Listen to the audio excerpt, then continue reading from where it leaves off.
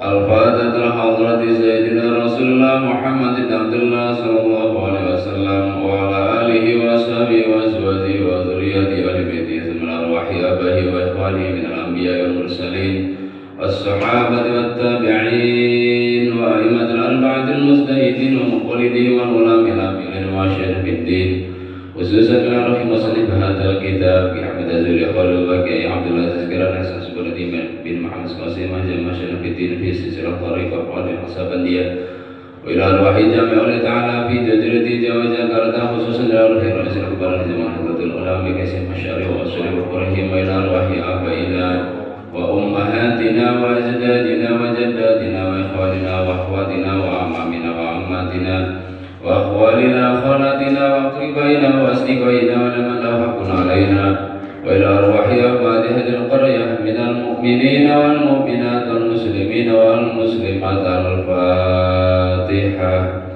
A'udzu billahi minasy syaithanir rajim. Bismillahirrahmanirrahim.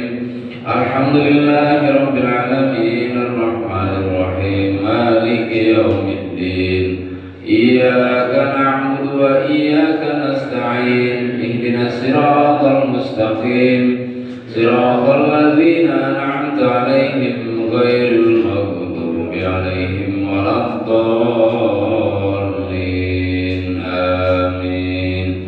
Ya Rabbi bil Mustafa balligh maqasidana waghfir lana ma madha ya wasi'al karami.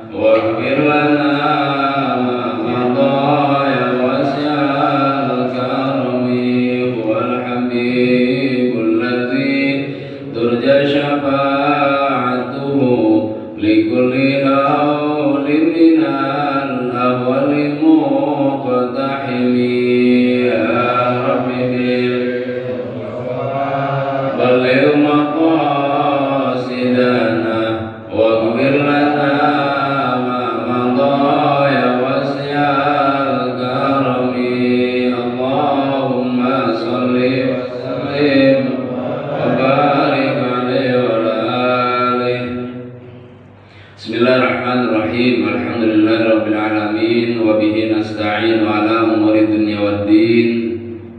Wassalatu wassalamu ala asyrafil anbiya'i wal mursalin sayyidina wa maulana Muhammadin wa ala alihi wa ashabihi ajma'in. Amma ba'du fa inna asdaqal hadits kitabullah wa khairal hadyi hadyi Muhammadin sallallahu alaihi wasallam wa syarrul umuri muhdatsatuha wa kullu muhdatsatin bid'ah wa kullu bid'atin dhalalah wa kullu dhalalatin finnar. Atau kama qala Rasulullah sallallahu alaihi wasallam. Hadirin jamaah sekalian rahimakumullah, Bapak Ibu semua yang dirahmati Allah Subhanahu wa taala. Alhamdulillah pagi ini kita diberikan kesempatan kembali oleh Allah Subhanahu wa taala untuk melaksanakan ibadah. Dan alhamdulillah bukan hanya salat subuh berjamaah, kita laksanakan juga taklim yang pahalanya sangat luar biasa. Apalagi kalau kita lihat manfaat dan kemampuan mengamalkannya, itu sangat luar biasa karena iman, takwa dan kualitas daripada itu semua dapat ditentukan oleh ilmu, dan ilmu dapat diraih bila mana kita mau taklim. Mudah-mudahan taklim kita di pagi ini membawa berkah, mendapatkan ilmu yang bermanfaat dan diridhoi oleh Allah Subhanahu wa taala. Amin ya rabbal alamin. Selanjutnya saya semalam buka-buka buku lagi, Pak. Batasnya nggak ada lagi, heran saya juga. Ada 6 batas dari masjid ke masjid musola. Dicari-cari Nurul Fauzan nggak ketemu lagi, nggak ada. Jatuh kemana lagi? Jadi lupa lagi, Pak. Sampai apa? Sujud sawi. Ya. Sawi haram berapa sujud sawi?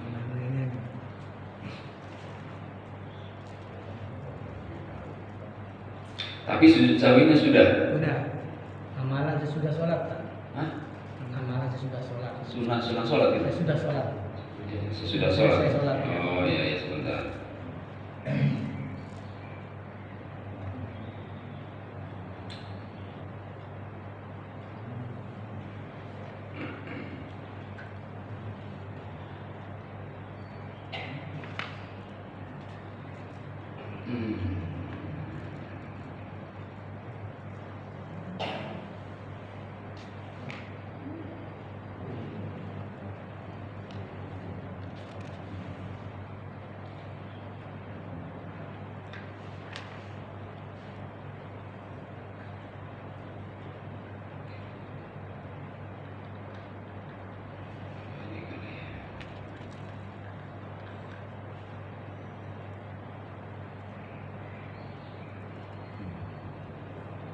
Yang membatalkan sholat sudah belum? Belum. Yang membatalkan sholat sudah belum? Makruhat sholat dan sunnah-sunnah sholat, pengertian khusyuk, zikir dan doa sesudah sholat. Itu. Oh, iya. Lalu pengertian doa, keutamaan doa, ada berdoa sudah belum ya? Berarti ya belum. Berarti sunnah-sunnah sholat.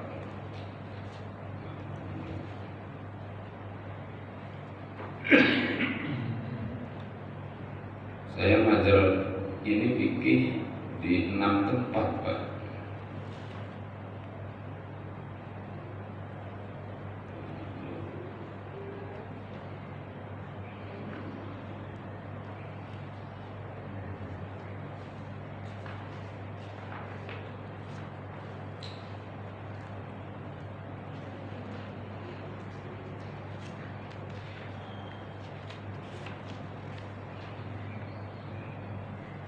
Bismillahirrahmanirrahim. Fikih itu adalah ilmu syariat, di mana kita disuruh mengamalkannya apa yang kita lihat dan apa yang kita dengar. Maka dari itu saat Nabi SAW bersabda, kata beliau, "Shollu kama ra'aitumuni usolli." Sholatlah kalian sebagaimana kalian melihat aku sholat. Jadi yang kita lakukan adalah apa yang kita lihat dari Nabi. Berarti Nabi membaca, kita dengar, Nabi bergerak, kita lihat, maksudnya begitu. Ya, itu adalah apa disebutnya hukum positif atau yang terlihat lah, begitu maksudnya. Makanya Nabi bersabda, "Fahkum bil dzawahir wa la tahkum bis sarair." Hukumi olehmu yang terlihat dan jangan hukumi yang tidak terlihat. Nah, maka jangan heran kalau ada orang yang berdebat seputar itu. Lagi-lagi berdebat, kalau sholat itu begini, kalau sholat itu begini, bacaannya begini. Nah, gitu. Karena yang terlihat yang terdengar itu. Jarang yang membahas tentang apa yang tidak terlihat, karena itu adalah rahasia Allah dan rahasia kita yang mengerjakannya. Apa itu? yaitu diantaranya keikhlasan, kehusuan, niat dan lain-lain. Itu adalah wilayah hati, termasuk akhlak. Nah, sebetulnya sabda Nabi tadi, "Shollu kama ra'aitumuni usolli," harusnya menyangkut juga masalah akhlak yang terlihat, walaupun sesungguhnya akhlak itu memang tidak terlihat dan terlihat gejalanya. Misalnya, boleh tidak sholat itu pakai kaos oblong? Kan boleh. Secara fikih kan boleh. Nggak pakai peci boleh. Boleh-boleh saja, Pak. Ya. Pakai celana ketat boleh. Ada tulisannya di belakang kaosnya, udah gambarnya nggak karuhan, ada tulisan apa yang lihat-lihat, itu boleh-boleh saja kayak pas itu, Pak. Tapi secara akhlak, kurang bagus, apalagi sholatnya di masjid di mana jamaahnya banyak orang-orang soleh. Di Masjidil Haram misalnya, udah pakai celana jeans, pakainya kaos oblong, nggak pakai peci, di depan lagi barisnya. Nah, hal-hal seperti itu berkaitan dengan akhlak.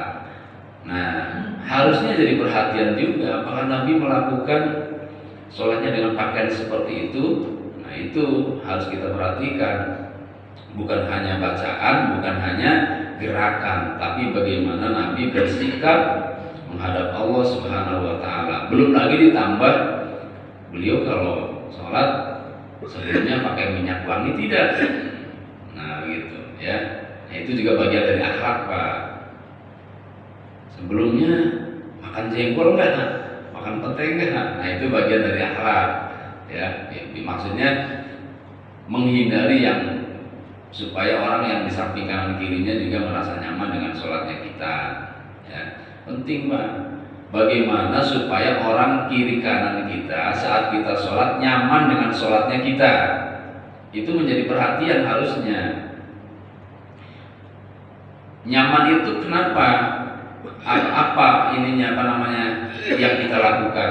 Ya, satu, jangan membuat dia gelisah karena memang aroma kita misalnya, atau bacaan kita yang terlalu mengganggu, atau gerakan kita yang mencuri perhatian. Ya, itu juga menyangkut akhlak dalam sholat. Nah, oleh karena itu jamaah sekalian rahimakumullah, di dalam sholat itu bukan hanya pelajaran fikih, juga ada pelajaran akhlaknya, ya. Dan apa yang kita bahas baru sekedar fikih. Tapi kalau misalnya kita singgung-singgung sedikit, yaitu yang lebih baik. Baik jamaah sekalian rahimakumullah, mengenai hal-hal yang dilakukan atau kesunahan-kesunahan dalam setelah sholat, di antaranya adalah berzikir dan berdoa, ya. Berzikir dan berdoa. Berzikir yang dimaksud oleh Allah Subhanahu wa Ta'ala adalah zikir yang sebebas-bebasnya dan seluas-luasnya. Ya, wazkurullaha katsiran, dan berzikirlah kalian kepada Allah dengan banyak. Bahkan Allah juga menganjurkan qiyaman wa qu'udan wa ala junubihim. Berzikirlah, ya, fadzkurullaha qiyaman wa qu'udan wa ala junubihim, dengan cara berdiri, duduk atau berbaring. Berarti sebetulnya zikir itu tidak ada batasnya, baik setelah sholat maupun di luar sholat. Maka bagi orang yang membatasi zikir, secara hakikat salah, Pak. Secara hakikat salah kalau kita membatasi zikir. Tapi kalau secara syariat tergantung tujuan. Tujuannya misalnya memberikan pendidikan. Anak-anak ini tahapannya cukuplah subhanallah 33 misalnya, alhamdulillah 33, Allahu Akbar 33. Setelah itu doa. Ya. Itu bagi anak-anak. Kemudian remaja, tambah, masa kayak anak-anak terus, tambah. Apa tambahannya? Misalnya Allahumma anta salamnya ada, ya. Terus apalagi Allahumma la mani'a lima a'taita, Allahumma la mani'a lima a'taita wa la mu'tiya lima manata wa la radda lima qadaita wa la yanfa'u dzal jad minkal jad. Ada lagi tambahannya, misalnya Allahumma inni ala zikrika wa syukrika wa husni ibadatik. Nah, tuaan lagi, tambahin lagi, ya. Apalagi misalnya ya afdhalul zikri la ilaha illallah, tambahin itu yang banyak. Terus begitu meningkat sampai kepada kalau zikir sendiri itu ada yang membaca hizib, ada yang membaca thariqah dan lain-lain. Itu adalah menandakan bahwa zikir itu tidak ada batasnya. Maka apabila ada orang yang membatasi, maka perlu didiskusikan, dipertanyakan, kenapa Anda batasi? Misalnya, kan belum lama kan ada juga Pak di YouTube sekarang kan bukan rahasia lagi ya. Ada kalimat begini, malah demi Allah, saya katakan di sini tidak ada hadis keterangan yang mengatakan Rasulullah membaca Al-Fatihah setelah sholat. Sehingga apabila membaca Al-Fatihah di dalam zikirnya setelah sholat hukumnya bid'ah. Begitu Pak. Apalagi ayat kursi, apalagi yang itu Pak. A'udzu bikalimatillahit tammati min syarri ma khalaq. Apalagi Bismillahirrahmanirrahim. La yadurru ma'asmi syai'un fil ardi wa la fis samai wa samil alim, dan masih banyak yang lain-lainnya, termasuk raditu billahi rabbah. Padahal sekali lagi Allah tidak membatasi zikir. Allah memberikan kebebasan sebanyak-banyaknya kita berzikir kepadanya. Tidak dibatasi. Iya, tapi tidak dicontohkan oleh Nabi, kata mereka. Nabi tidak membacanya itu. Bapak jamaah sekalian rahimakumullah, Nabi tidak membacanya bukan berarti Nabi melarangnya. Nabi tidak melakukannya bukan berarti Nabi melarangnya. Ada yang dikatakan Nabi mengamalkannya, ada yang dikatakan Nabi tidak mengamalkannya, ada yang Nabi mengamalkan tidak dikatakannya, ya, Nabi mengamalkan tapi tidak dikatakannya, dan lain-lain. Hal-hal seperti itu menjadi tambahan ilmu bagi para pakar hadis dan para ahli fikih, Pak. Jadi bukan berarti apa yang tidak ada kaulnya dari Nabi lalu itu menjadi larangan. Tidak seperti itu, ya.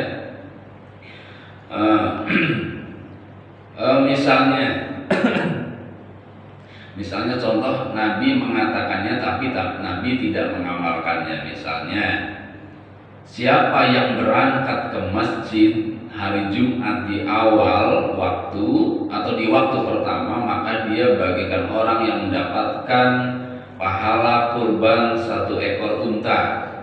Pernah dengar nggak di situ, Pak? Sering ya. Siapa yang hadir di waktu kedua, bagaikan dia berkurban 1 ekor sapi. Siapa yang hadir di waktu ketiga dan seterusnya, kambing, ayam, telur, ya kan? Artinya di sana Nabi menganjurkan agar kita pandai mengatur waktu, usahakan datang ke masjid di waktu yang lebih awal. Syukur waktu pertama biar dapat onta. Iya. Tapi pernahkah kita lihat Nabi datang ke masjid di waktu awal? Dari hadis-hadisnya tidak ada, Pak. Tidak ada. Kenapa?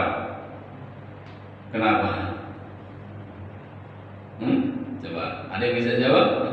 Kenapa Nabi tidak mengamalkan ini? Tidak datang di waktu pertama. Karena Nabi satu, seorang khotib, yang kedua Nabi rumahnya nyambung dengan masjid. ya. Dan seorang khatib sunnahnya, utamanya datang belakangan, Pak. Karena Nabi juga pernah bersabda, ya, hadisnya masih hadis itu. Nanti kalau khotib datang, katanya setelah tadi dapat telur tuh yang terakhir, apabila khotib datang, maka malaikat buru-buru menutup bukunya lalu duduk untuk mendengarkan khutbah. Nah, begitu. Jika demikian berarti bagusnya khotib jangan datang di awal waktu, takutnya keburu tertutup bukunya. Nanti yang datang setelah khotib datang nggak tercatat, Pak. Ya enggak? Maka Nabi tahu itu. Maka Nabi belakangan biar yang datang tidak ada yang datang setelah Nabi masuk ke mimbar atau masjid untuk berkhutbah. Jadi kesimpulannya, Nabi menganjurkan kita datang awal, tapi Nabi sendiri datangnya belakangan. Salah tidak? Ya tidak, karena Nabi dalam hal ini juga mencontohkan bagi khotib. Bagi khotib. Ya. Itu salah satu contoh saja bahwa apa yang Nabi. Lalu apalagi misalnya azan hukumnya apa? Sunnah kan? Ya, maksudnya dianjurkan kepada kita untuk azan, Pak, di setiap sholat kita. Di setiap mau sholat azan, baik sholat berjamaah maupun sholat sendiri. Cuman jarang kita yang mau mengamalkan sholat sendiri azan dulu. Udahlah kelamaan, nanti apa kata orang, begitu pemikirannya di dalam rumah lagi. Ya, coba aja Bapak praktekkan. Sebelum sholat di rumah, karena di masjid udah ketinggalan, azan dulu di rumah. Kira-kira gimana coba? Istri nanya-nanya, Pak, sejak kapan nih Pak? Aliran apaan ini? Jadi begitu. Ya. Tapi padahal sunnah, Pak. Begitu juga qomat. Lalu apalagi membacanya dengan suara keras. Kalau sholatnya sholat malam, sholat maghrib, sholat isya, sholat subuh, itu disunahkan membacanya dengan suara keras. Seperti sholat berjamaah saat jadi imam. Itu kalau sholat sendiri di rumah demikian, ya. Nah, Nabi menganjurkan kita azan, tapi Nabi sendiri saya belum pernah menemukan dalil Nabi azan, Pak. Pernah nggak Bapak menemukan dalil hadis Nabi azan? Belum ya.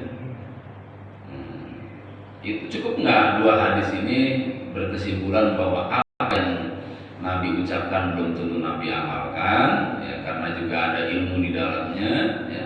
Atau sebaliknya yang Nabi amalkan belum tentu Nabi ucapkan. Itu yang disebut dengan hadis qauliyah. Masa wudu diucapkan, Pak, wudu tinggal digerakkan saja. Maka hadisnya nggak ada hadis wudu yang qauliyah.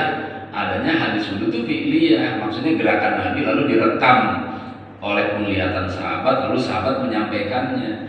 Itu yang dimaksud daripada Nabi tidak mengucapkannya, tapi Nabi mengamalkannya, ya. Atau lagi misalnya Nabi itu menganjurkan setiap kita, Pak, di setiap habis sholat membaca ayat kursi. Ayat kursi, Pak. Ya. Bahkan belum lama beredar juga Habib Umar Al-Hafidh menyampaikan keutamaan ini, ya, di kunjungan kunjungan dakwahnya ke Indonesia. Ya. Salah satu hikmahnya adalah agar kita terutama adalah wafat dalam keadaan husnul khotimah. Adapun manfaat atau fadilah atau hikmah yang terasa untuk kepentingan dunia kita adalah di mana kita dijaga kesehatannya oleh Allah Subhanahu wa taala dengan cara mengamalkan ayat kursi, membacanya di setiap habis sholat. Nah, maka pembacaan ayat kursi di setiap habis sholat maknanya, Pak, tidak harus setelah assalamualaikum lalu baca ayat kursi. Atau tidak harus setelah zikir doa selesai lalu ayat kursi baca. Di sana maknanya bebas. Bebas dalam arti boleh dimasukkan dalam zikir sholat, boleh langsung setelah salam baca ayat kursi, boleh juga setelah selesai sallallahu alaihi wasallam lalu sambil jalan baca ayat kursi. Karena itu masih mengandung makna membaca setelah sholat. Ya, termasuk tadi bismillahirrahmanirrahim la yadurru ma'asmihi syai'un fil ardi wa la fis samaa'i wa huwas samiul alim. Itu juga fadilahnya luar biasa, terutama setelah subuh atau di awal pagi dan di awal malam. Jadi kesimpulannya yang saya maksud di sini adalah yang pertama, berzikir tidak ada batasnya. Ya. Yang kedua, boleh memasukkan zikir yang bukan zikir setelah sholat dimasukkan ke dalam zikir setelah sholat karena tidak ada larangannya, Pak. Kecuali Nabi mengatakan tidak boleh membaca ini, membaca itu. Yang boleh adalah ini. Nah, itu baru kita lakukan, Pak. Ya. Nah, di sana berarti ada kelonggaran, ada kebebasan di mana kita ya berkreasi untuk membaca zikir sesuai dengan kebutuhan. Bahkan boleh juga pas sholawat sebanyak-banyaknya di sana. Setelah sholat atau di dalam zikir itu kita ada sholawatnya. Atau ada ayat lain seperti Qul huwallahu ahad Allahu samad lam yalid wa lam yulad wa lam yakul lahu kufuwan ahad dibaca 3 kali. Atau ya ditambah Al-Falaq, An-Nas, Al-Baqarah awal, Al-Baqarah akhir dan lain-lain. Itu tidak ada larangan, ya. Tidak ada larangan. Selama tidak ada larangan maka hukumnya boleh, asalkan sekali lagi anjuran berzikirnya ada. Kalau anjuran berzikirnya tidak ada ya jangan. Udah jelas nggak ada, ya jangan. Ini mah ada peluang, ada sinyal, ya, ada kesempatan, itu boleh, kecuali tidak ada anjurannya. Seperti misalnya apa yang tidak ada anjurannya, yang tidak ada anjurannya misalnya kita kalau dengar orang bersin mengucapkan yarhamkallah, ya. Iya, misalnya kita baca itulah, gitu. Itu yang nggak usah yang kayak gitu, nggak ada anjurannya kan, nggak ada Nabi pernah bersabda habis sholat bacaannya adalah yarhamukallah, nggak ada. Jadi nggak usah yang kayak gitu. Yang dimaksud oleh saya tadi adalah ada anjurannya, tapi tidak dikhususkan di saat setelah sholat, ya. Artinya ada bebas di sana, ya. Bukan menjadi zikir sholat, tapi zikir yang dibaca setelah sholat boleh dimasukkan ke dalam zikir sholat, begitu, ya. Kemudian jamaah sekalian rahimakumullah, setelah zikir selesai lalu kita berdoa, itu juga hukumnya sunnah, ya. Yang tadi itu, yang zikir itu jangan ketinggalan istighfarnya, itu yang paling pokok, yang utama bagi makom syariat maupun makom hakikat. Makom syariat karena memang ada Nabi mencontohkannya, istighfar, ya. Astaghfirullahaladzim alladzi la ilaha illa huwal hayyul qayyum wa atubu ilaih. Sampai situ, Pak. Adapun yang ada menambahkan min jami'in masih wa dzunub wa la haula wa la quwwata illa billah, itu mah tambahan aja dari para ulama-ulama kita, habib kita.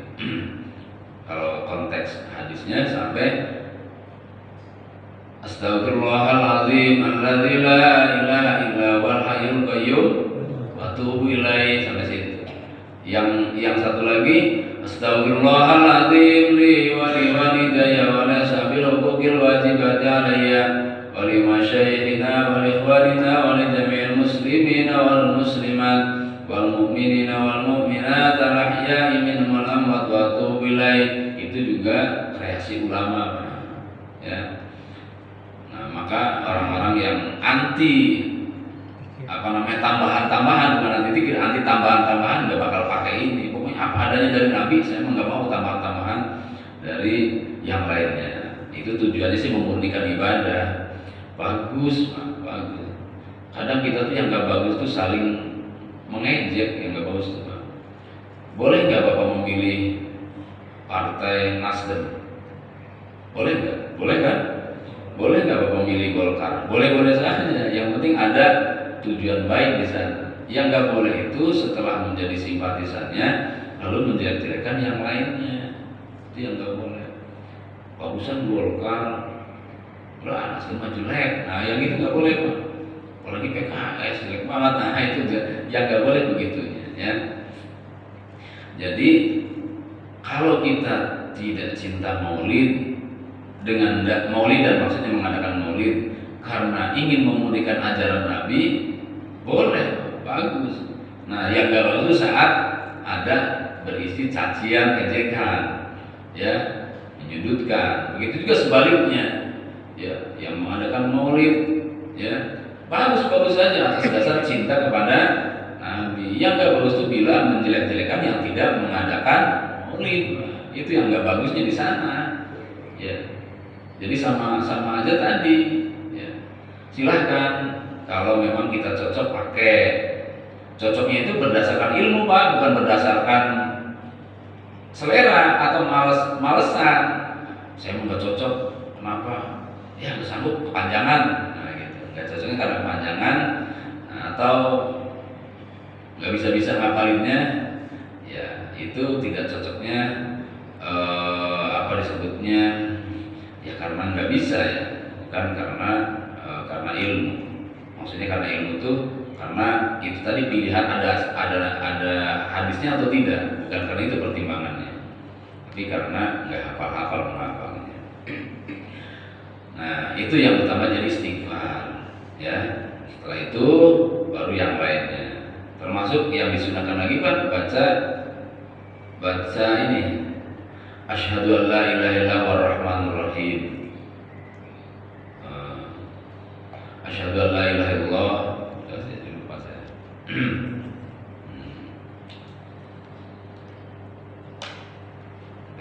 Biasa dibaca tapi lupa.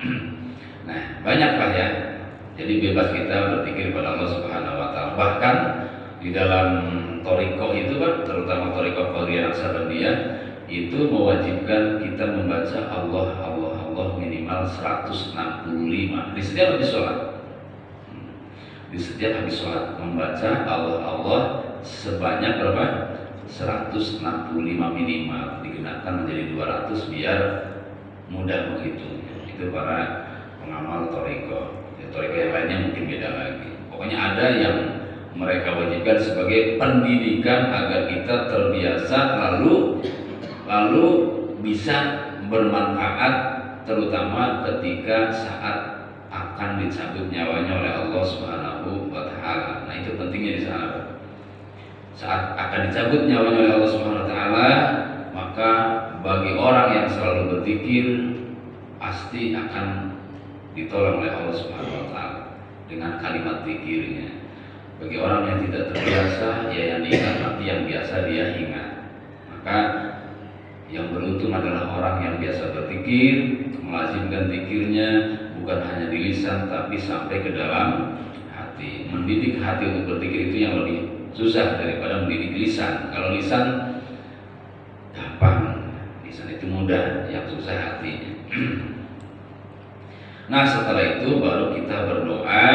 Kata Allah dalam surat Al-Anbiya ayat 90, A'udzubillahi minasyaitonirrajim, innahum kanu yusari'una fil khairat wa yad'unana raghaban wa rahaba wa kanu lana khashi'in. Bahwa sesungguhnya mereka orang-orang yang bersegera dalam mengerjakan kebaikan dan mereka berdoa kepada kami dengan penuh harap dan cemas, dan mereka orang-orang yang khusyuk kepada kami. Orang-orang yang khusyuk maksudnya adalah takut kepada kami. Nah, itulah kesunahan berdoa. Berdoa itu yang disyariatkan adalah diawali dengan baca basmalah, Bismillahirrahmanirrahim, lalu hamdalah, Alhamdulillahirabbil alamin, lalu sholawat Sallallahu ala Muhammad. Lalu isi doa. Berarti begini prakteknya, Pak. Bismillahirrahmanirrahim. Alhamdulillahirabbil alamin. Allahumma sholli ala sayyidina Muhammad wa ala ali sayyidina Muhammad. Begitu, minimal. Mau dikreasi lagi, ya boleh-boleh saja. Bismillahirrahmanirrahim.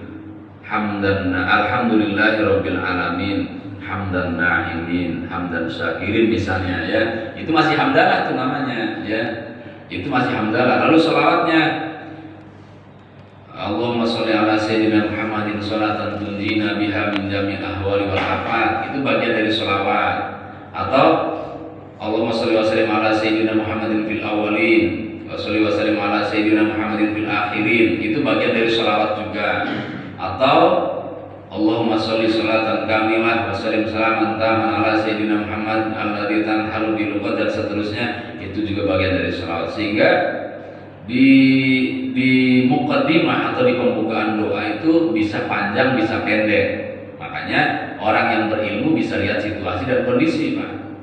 Acaranya acara udah dihidangkan makanan begitu banyak, udah siap ya, udah siap, Pak. Udah bismillah, hamdalah, sholawatnya jangan panjang-panjang, yang penting ada.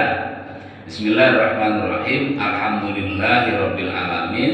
Wassalatu wassalamu ala sayyidina Muhammadin, atau sallallahu Muhammad, atau Allahumma sholli ala sayyidina Muhammad. Udah cukup. Baru Allahumma barik lana fima razaqtana wa qina adzabannar. Amin. Silahkan Bapak Ibu makan. Nah gitu ya. Yang pendek kalau makan, Pak, panjang-panjang. Iya, udah gitu di gedung resepsi panjang banget. Kasihan yang udah larak lirik matanya ini nih. Jadi syariatnya kita awali dengan bismillah, lalu hamdalah dan sholawat. Di akhir, Pak, di akhir baca sholawat lagi, dan terakhir alhamdulillah ya. Maka diakhiri wa sallallahu ala sayyidina Muhammadin wa ala alihi wasallam walhamdulillahi rabbil alamin. Nah, ada juga yang subhana rabbika rabbil izzati amma yasifun wa salamun alal mursalin, ujung-ujungnya alhamdulillahi rabbil alamin juga, Pak. Bukan subhana rabbika rabbil izzati amma yasifun, ya bukan. Yang penting ada alhamdulillahi rabbil alaminnya itu. Jadi jangan mengatakan sunahnya membaca subhana rabbika rabbil izzati amma yasifun. Bukan, aslinya bukan, Pak. Yang disunahkan adalah hamdalahnya. Karena di ayat itu ujungnya alhamdulillahirabbil alamin. Maka tanpa itu pun selesai. Yang penting ada alhamdulillahirabbil alamin. Jadi kalau begitu wassallallahu ala sayyidina Muhammadin wa ala alihi wasallam walhamdulillahirabbil alamin. Sudah selesai. Ya. Ada lagi yang membaca da'wahum fiha subhanakallahumma wa tahiyyatuhum fiha salam wa akhiru da'wahum anil hamdu. Ujung-ujungnya alhamdulillahirabbil alamin juga kan. Jadi bukan ayatnya itu, tapi yang jelas adalah membaca alhamdulillahirabbil alaminnya yang disunahkan ya. Jadi biar jelas ininya, Pak, statusnya dan apa namanya penempatannya ya. Lalu berikutnya adalah kalau kita berdoa dianjurkan bersungguh-sungguh, yang aminnya sungguh-sungguh, termasuk mengangkat tangannya sungguh-sungguh, Pak. Jangan begini, nih, nggak sungguh-sungguh kalau begini, angkatlah dikit gitu ya. Apalagi kalau sampai begini, tuh kelihatan serius kalau begini, Pak. Nah ini sunnah yang bagus begini nih, ini kelihatan ketiaknya. Ya para habaib itu kalau doa begini nih, cuma karena saya bukan habaib, perasaanku soleh banget gitu ya. Nah cukup begini nih, kalau kita di depan muka ininya, di depan wajah ya, depan wajah. Turun dikit, lama begini, itu menandakan kurang serius doanya. Jadi kalau doa angkat tangannya agak tinggian, Pak.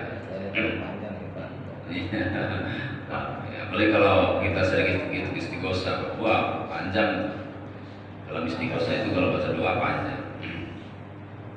Ya, itu sunnah tapi, Pak ya. Dan utamanya kita berdoa apa yang kita pahami. Berdoa sesuai dengan apa yang kita butuhkan. Berarti kalau begitu paham isi doanya. Ya. Tapi bukan berarti begini, Pak. Nabi menganjurkan kita doa sesuai dengan kebutuhan kita saat sholat berjamaah maksudnya. Sehingga kita tidak bisa melihat celah, melihat ada izin dari Nabi, bisa jadi bahkan bukan hanya izin, anjuran dari Nabi, di mana kita disuruh untuk mendoakan saudara kita, mengaminkan saudara kita, sehingga cukup berdoa satu orang yang lain mengaminkan. Nah, bagi yang mengaminkan, sudah barang tentu dia sudah niat menghibahkan waktu dan isi aminnya, ya, kalimat aminnya untuk maksud tujuan yang membacanya, yaitu iman. Jadi mana yang lebih utama? Yang lebih utama adalah yang sangat bermanfaat bagi orang lain, Pak. Ketika kita berdoa untuk orang lain, manfaat, untuk sendiri manfaat. Tapi yang lebih bermanfaat adalah untuk diri sendiri juga untuk orang lain. Nah, ada sabda Nabi begini, Pak. Ketika kamu doakan orang lain, maka kata Allah, aku dahulukan kamu. Ketika kita mendoakan orang lain, Allah berfirman, aku dahulukan kamu. Berarti gak ada ruginya aslinya, Pak. Kita mendoakan orang lain juga, kita juga dikabulkan keinginannya oleh Allah, gak ada ruginya aslinya. Ya, jadi kalau kita kekeh itu apa ya? Kudu harus kita berdoa sesuai dengan kebutuhan kita, sehingga bid'ah hukumnya kalau sholat berjamaah lalu ditutup dengan doa berjamaah juga. Nabi tidak pernah misalnya menggunakan dalil itu. Sekali lagi, apa yang tidak dilakukan Nabi belum tentu dilarang, ya, belum tentu dilarang. Seperti tadi contohnya di awal, asalkan tidak ada larangan. Kalau ada larangannya sudah jelas, Pak. Kalau tidak ada larangannya, belum tentu itu dilarang.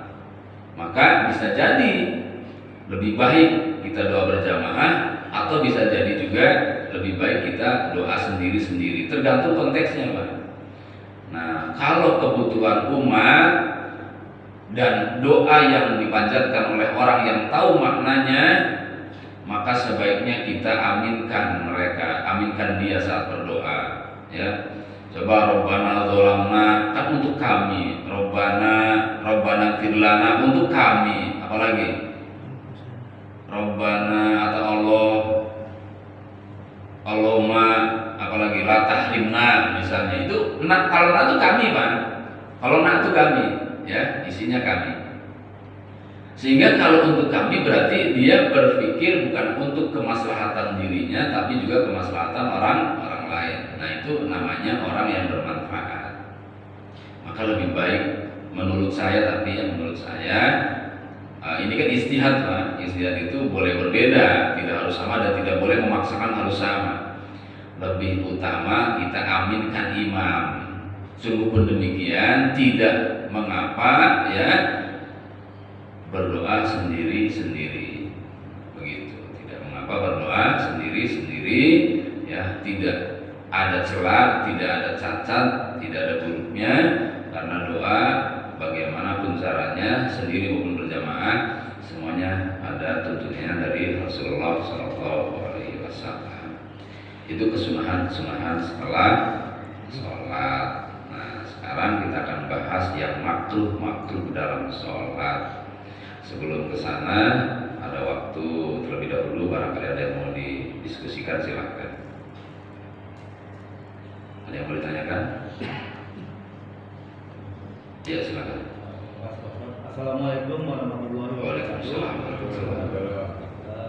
Langsung saja ke pokok pertanyaannya. Tadi Pak Ustadz menyampaikan apa yang tidak dilarang Nabi. Belum tentu dilarang Nabi lah, Belum tentu. Apa yang tidak belum tentu dilarang Nabi, dan memang contoh itu belum tentu dicontoh oleh Nabi. Iya. Saya bertanya terkait dengan kehidupan sehari-hari aja deh. Contohnya baik kita berkehidupan berkeluarga, bertetangga dan bernegara kan begitu ya. Contohnya saja arisan. Tentunya ini kan tidak dicontohkan, tapi bagaimana nih Pak Ustaz? Nah, terkait dengan arisan-arisan yang di lingkungan, berarti kan kehidupan bertetangga, berumah tangga, bertetangga dan bernegara. Tapi kalau di arisan bertetangga berarti kan. Iya. Terima kasih Pak. Baik. Arisan itu sebetulnya adalah model baru cara kita ngutang, betul nggak Pak? Iya, model baru cara kita minjem, karena memanfaatkan uang orang lain yang harus kita cicil untuk bergantian orang lain mendapatkannya, ya kan? Coba saja, artinya begini Pak, jenis perbuatannya itu tidak ada memang arisan di zaman Nabi, tapi menyangkut urusan hutang piutang ada ininya, ada kaidahnya, ada wanti-wantinya dari Nabi, ada. Ingat, jangan sampai meninggal bawa hutang. Itu kan sinyalnya atau apa disebutnya, hadis yang berkaitan dengan masalah hutang piutang. Bahkan ada keterangan di mana Nabi tidak mau menyolatkan selama orang tersebut punya hutang. Makanya umumnya di kita ini kalau ada orang meninggal lalu ahli warisnya berbicara ya di depan mayit, apabila bahkan amilnya juga berbicara. Kalau ahli warisnya nggak berani bicara, amilnya yang ngurusnya, mayit ini apabila Anda punya sanggutan hutang piutang, maka silakan hubungi ahli waris, karena memang tidak ingin si mayit meninggal dalam keadaan punya hutang. Tetapi ingat juga bahwa hutangnya si mayit ya kewajiban mayit, bukan kewajiban ahli waris mah. Tidak ada kewajiban ahli waris membayar hutangnya, nggak ada. Ya, jadi tidak ada kewajiban ahli waris membayar hutang, nggak ada Pak kaidahnya. Yang ada adalah bentuk kasih sayang, sukarela. Bila mana ahli waris sayang pada mayit, maka silahkan berbicara. Apabila ada mayit sanggutan hutang kita, hubungi saya. Itu bentuk kasih sayang, tapi bukan bentuk kewajiban. Ya, yang ada adalah bila mayit punya hutang, itu tanggung jawab mayit. Maka merugilah mayit yang punya hutang dalam kondisi mayit yang meninggal dalam kondisi punya hutang. Nah, untuk itu berkaitan dengan arisan, karena ini ada kaitannya dengan hutang piutang, maka perkara ini menjadi perkara yang makruh, Pak. Tidak sampai haram memang, karena hutang kan boleh Pak, nggak boleh. Yang penting ada perjanjian. Apabila belum sempat saya bayar dan keburu meninggal, mohon dilunaskan. Nah, itu baru boleh, baru halal Pak. Ya, seperti kredit rumah, motor yang sudah berlaku di kita itu ada, kalau nggak salah semua ada begitu kalimatnya. Jadi kalau tidak keburu lunas, ya tidak sampai lunas keburu meninggal, maka sudah dihitung lunas. Itu boleh tuh Pak kita hutang begitu. Arisan juga boleh, tapi kalau nggak ada begitu, hati-hati, harus pesan kepada ahli warisnya. Nah, mama, papa punya hutang. Hutang apa Pak? Ma, arisan. Ya, udah dapat duluan soalnya, tinggal cicilan. Bukan maksudnya kamu suruh bayarin, bukan. Siapa tahu ya, Bapak nanti belum sempat lunas keburu meninggal, tolong kamu ya, gitu. Itu harus begitu, Pak. Maka kalau bisa sih jangan, apalagi arisan haji. Haji itu wajib bagi yang mampu apa bagi yang nggak mampu? Iya, haji itu wajibnya bagi yang mampu. Orang yang ngutang-ngutang itu kategorinya mampu apa bukan? Orang yang ngutang-ngutang itu kategorinya tidak mampu, Pak. Udah gitu dapatnya duluan, pulang haji bukannya kelihatan kaya, kelihatan sumpek. Tinggal ngurusin bayaran itunya, cicilannya, ya. Jadi arisan boleh ya. Sekali lagi kesimpulannya arisan boleh selama ya itu tadi ada perjanjian kalau meninggal hukumnya lunas ya. Kalau tidak maka akan selalu makruh selama-lamanya sampai lunasnya Pak. Gitu. Itu barangkali Pak. Rohnya daripada arisan adalah di bab utang, piutangnya. Ya silakan. Selama ini kan saya cuma tahunya nak sholat Pak ya. Saya mau nanya Pak ya. Saya juga belum tahu nih Pak. Kenapa ya Pak sholat zuhur asar itu kita tidak bersuara ya Pak ya. Karena maghrib puasa subuh itu tidak bersuara. Jadi Jumat kan Pak. Dan yang pertama Pak. Yang kedua di tempat saya kerja Pak di masjidnya. Imam itu Pak, imam itu setelah mengucapkan assalamualaikum langsung menghadap ke jamaah gitu. Tapi kan saya nggak tahu, saya pikir nih, nah ke saya pikir mau salaman, ternyata memang seperti itu Pak. Jadi habis assalamualaikum langsung menghadap ke jamaah gitu, sama suara gitu. Nah itu macam apa ya Pak? Iya baik. Kenapa sholat duhur dan asar tidak bersuara? Maksudnya disirkan, tidak sampai jahar, tidak terdengar oleh makmum. Dan kenapa sholat subuh, isya dan maghrib ada suaranya diteraskan? Termasuk sholat Jumat, walaupun siang, Idul Fitri walaupun siang ada suaranya. Secara persis saya mohon maaf tidak tahu jawabannya Pak. Yang ini ya tidak tahu jawabannya karena cukup kita ini apa disebutnya ya beriman gitu. Kalau beriman itu terlalu ini cukup ikut apa yang dilakukan oleh Nabi. Kalaupun ada yang mendapatkan hikmahnya, oh mungkin kalau malam itu karena gelap biar orang tahu di dalam ada orang sholat, karena zaman dulu kondisinya gelap. Tapi kan kalau sekarang udah terang Pak. Iya kan, udah terang kan, tapi masih tetap suaranya. Nah, sama dengan kenapa sholat asar 4 rakaat padahal sedang capek, kenapa sholat subuh 2 rakaat? Nah itu yang saya juga nggak tahu tuh alasannya tuh kenapa tuh. Tapi secara syariat kita sudah imanan, wattiba'an, iman dan ikut, begitu ya. Nah itu nanti kalau ada ustadz yang lain boleh ditanyakan. Itu saya tidak tahu alasannya. Yang kedua, ada orang jadi imam setelah sholat selesai langsung menghadap karena memang ada hadisnya Pak. Ada hadisnya dan itu hukumnya sunnah. Cuman bagaimana cara menghadapnya itu yang berbeda penafsiran di antara ulama satu dengan ulama lainnya. Maka perlu data pendukung Pak, biar valid, biar sahih. Jangan asal membaca hadis lalu dipahami dengan persepsinya kita saat ini. Kan beda persepsi Pak, kita dengan orang dulu kita beda persepsi. Saya beri contoh deh. Beda persepsi nih ya. Saya itu biasa di pesantren Pak. Maksudnya produk pesantren ya, yang biasa di sana mengenal istilah tawadhu dengan perbuatan yang terlihat sehari-hari oleh mata.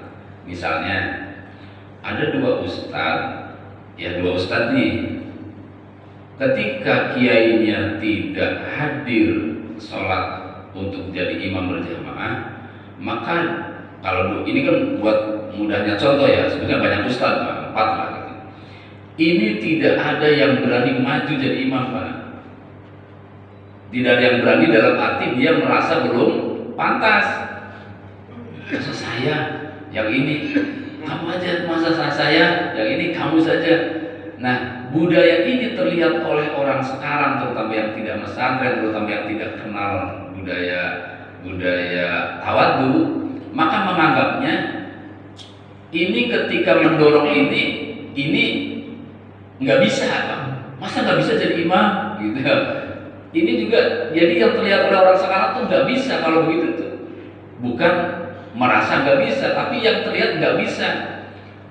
Jadi menurut mereka Masa mau dorong-dorongan, mau jadi imam aja dorong-dorongan. Mentalnya gimana sih? Pesantren lama masih nggak mampu aja. Oleh orang sekarang nih Pak, melihatnya kan itu ya. Sehingga kelihatan menurut mereka ini nggak bisa jadi imam, padahal bukan itu. Tapi dia merasa belum pantas. Berarti dalam contoh ini ada dua persepsi, Pak. Ada dua persepsi. Yang satu menganggap yang tadi adalah nggak mampu, yang satu menganggap merasa dirinya belum pantas. Itu persepsi namanya. Itu contoh saja. Jadi bagaimana setelah sholat menghadap ke makmum, memahami hadis Nabi itu, maka ulama berbeda persepsi. Yang paling valid adalah ketika kita melihat contoh praktek ulama salaf, Pak. Karena ulama salaf itu ulama yang dekat dengan sahabat. Ulama salaf itu ulama yang hidup di kurun ketiga. Kalau ulama yang hidup di kurun keempat sampai sekarang disebut ulama kholaf. Ya, makanya ada istilah salafi itu maksudnya ingin mengikuti ulama-ulama zaman itu, para sahabat dan tabi'in. Maka disebut salafi. Nah, bagaimana Imam Malik? Imam Malik itu Pak menghadap ke jamaahnya bukan 190 derajat, hanya separohnya, miring. Maksudnya ini bahu kanannya yang menghadap ke jamaah. Ketika kita miring begini misalnya, begini miringnya ya. Ini misal Bapak memberitakan ke orang lain, disebutnya menghadap jamaah bukan begitu? Tidak, atau menghadap jamaah tidak? Menghadap kan ya? Susah membuat kalimat miring, nggak mungkin Pak. Ya, misalnya Pak Ustaz setelah sholat menghadap jamaah, begini, atau begini, itu masih dalam kategori menghadap jamaah. Berarti bisa jadi ada beberapa tipe, ya kan? Ada beberapa tipe. Nah, untuk menentukan tipe mana yang valid yang diikuti ulama salaf, nah Imam Malik gini Pak, gini. Jadi diikuti oleh Imam Syafi'i dan lain. Jadi sisi kanannya, kebalik. Imam Malik begini, balik. Karena beliau tidak mau membelakangi kubur Nabi, karena beliau adalah Imam Masjid Nabawi. Padahal sesungguhnya sunnahnya kata beliau begini, ya, bahu kanannya yang menghadap ke jamaah, gitu. Dan itu beliau lakukan setelah selesai membaca La ilaha illallah wahdahu la syarikalah lahul mulku wa lahul hamdu yuhyi wa yumiitu wa huwa ala kulli syai'in qadir. Ketika belum baca itu belum. Jadi istighfar masih menghadap ke sana, ya. La ilaha illallah wahdahu la syarikalah lahul mulku wa lahul hamdu yuhyi wa kulli syai'in qadir, masih menghadap kanan ke sana. Begitu mau Allahumma antas salam, lalu begini. Gitu ya. Nah, yang tadi aliran apa? Masih aliran Islam, masih benar. Cuman itu tadi beda persepsi saja memahami hadis Nabi tadi, ya. Menghadap itu sebetulnya yang seperti apa dan ngapain menghadap itu. Nah, ulama kita, terutama ulama Indonesia, memanfaatkan itu untuk memberi pendidikan, mengajari zikir kepada jamaahnya yang belum bisa zikir, diajak bareng-bareng, karena siapa yang sering melafalkannya nanti lama-lama hafal. Maka dikeraskan suaranya oleh ulama kita tuh. Nah, bagi yang tidak mau mengeraskan, menganggap jamaahnya sudah pada bisa semua, dan apabila mengeraskan itu termasuknya mengada-ada atau bid'ah, karena dia tidak pernah mendapatkan hadis Nabi melakukan seperti itu. Intinya menghadapnya masih sunnah, bagaimanapun caranya masih sunnah. Nah, ya, dan itu masih Ahlussunnah wal Jamaah yang seperti itu Pak. Ya, cuman kenapa nggak mau salaman?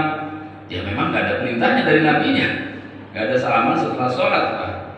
Tapi larangan juga nggak ada. Nah, ini yang menjadi perbedaan di antara kita, karena larangannya nggak ada, perintahnya juga tidak ada.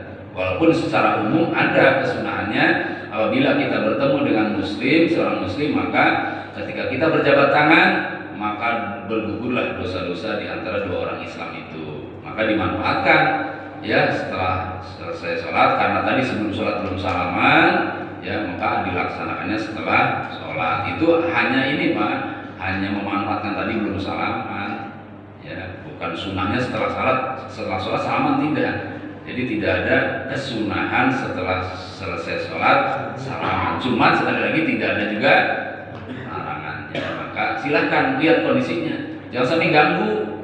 Udah enak-enak lagi zikir, saya sering juga Pak, lagi zikir gini, kalau gini mau ngapain, ngajak salaman, ya.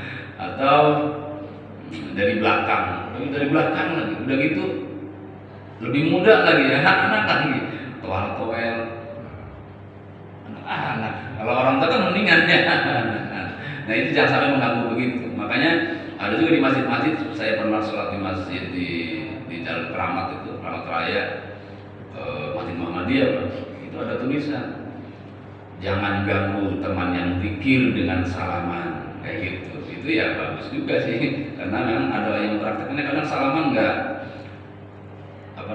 pakai ilmu, nggak pakai adab gitu. Apalagi di kampung saya, ya kalau hari Jumat saya datang jam 11-an baris di depan, ya dan lagi ngantuk lagi zikir gitu. Tuan dari belakang diajak salaman, kasihan. Gitu Pak ya. Baik, terima kasih, mudah-mudahan. Ada lagi? Ada satu. Ya. Itu Assalamualaikum warahmatullahi wabarakatuh. Masalah zikir Pak, kadang-kadang zikir kan suka ada ijazah semua. Ijazah zikir itu adalah bagi orang yang tidak menemukan teks hadisnya dari Nabi, maka diutamakan berijazah. Karena orang yang punya zikir itu adalah dia bisa jadi dapat zikir dari mimpi, bisa juga dapat zikir dari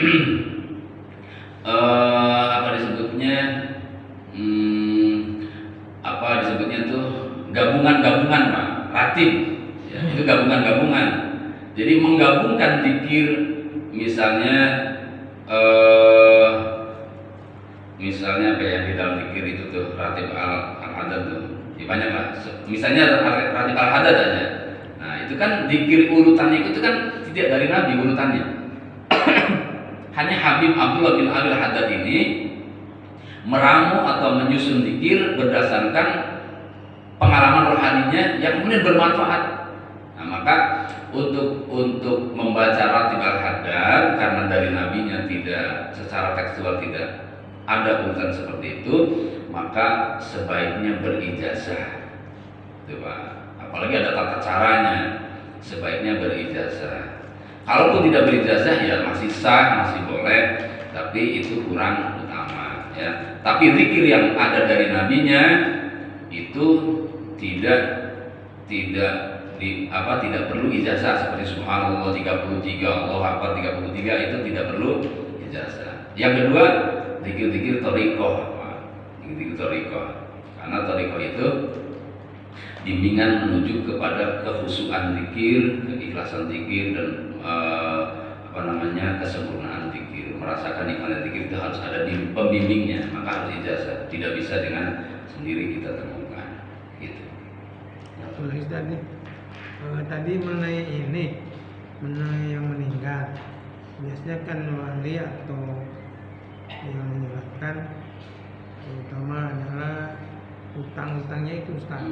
Tapi Ustaz tadi katanya harus yang bayar yang meninggal. Nah sekarang yang jadi masalah gini, ada yang meninggal punya utang, dan memang itu di setiap kita sholat mengumumkan bahwa bila mana ada utang-utang hubungilah saudara-saudaranya keluarganya. Ini yang jadi masalah. Oleh karena itu supaya jangan salah persepsi gimana itu? Karena di dalam keterangan katanya bila mana mayat itu belum diselesaikan utangnya, rohnya itu tidak nyampe ke mahfud, artinya tengah-tengah gitu banyak. Silakan. Iya. Jadi sekali lagi, mayit itu amal maupun utangnya adalah tanggung jawab sendiri.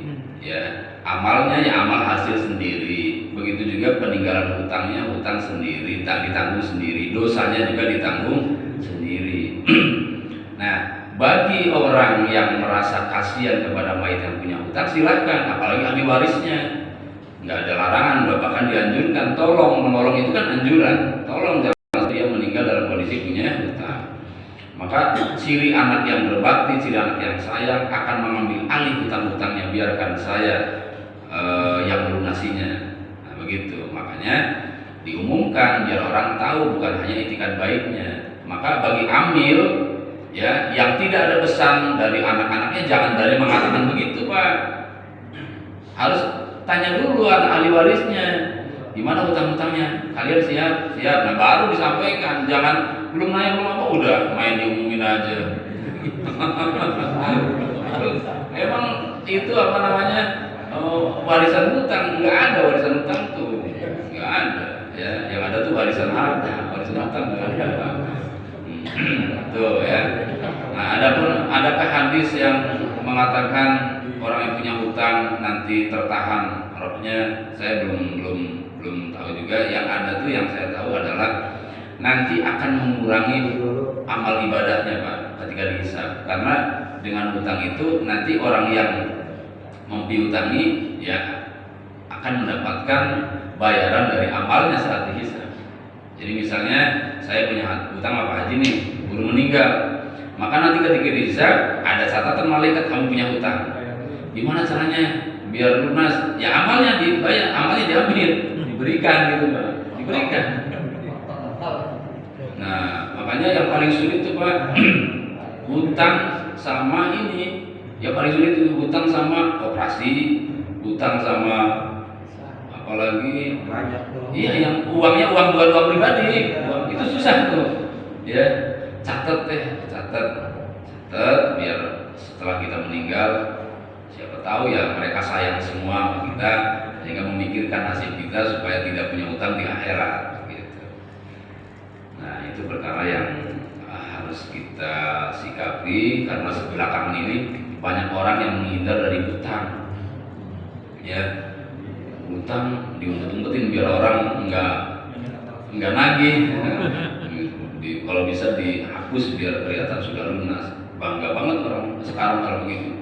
Padahal ditunggu oleh malaikat di sana di akhirat. Mudah-mudahan apa yang sudah kita kaji pada pagi ini Allah berkahi ilmu dan Allah tetapkan kita menjadi orang yang meningkat iman takwanya dan mudah-mudahan kita diwafatkan dalam keadaan husnul khatimah. Bismillahirrahmanirrahim. Alhamdulillahirabbil alamin. Wassalatu wassalamu ala sayyidina wa maulana Muhammadin wa ala alihi washabihi ajma'in. Allahumma waffiq imanana bi taufiqik wa itbida'inik. Allahumma waffiqna lima tuhibbu wa tarda wa ja'al amalana fi ridha wa a'inna ala muridina wa dunyana bi rahmatika ya arhamar rahimin. Sallallahu ala sayyidina Muhammad wa ala alihi wasallam. Walhamdulillahirabbil alamin. Assalamualaikum warahmatullahi wabarakatuh. Waalaikumsalam.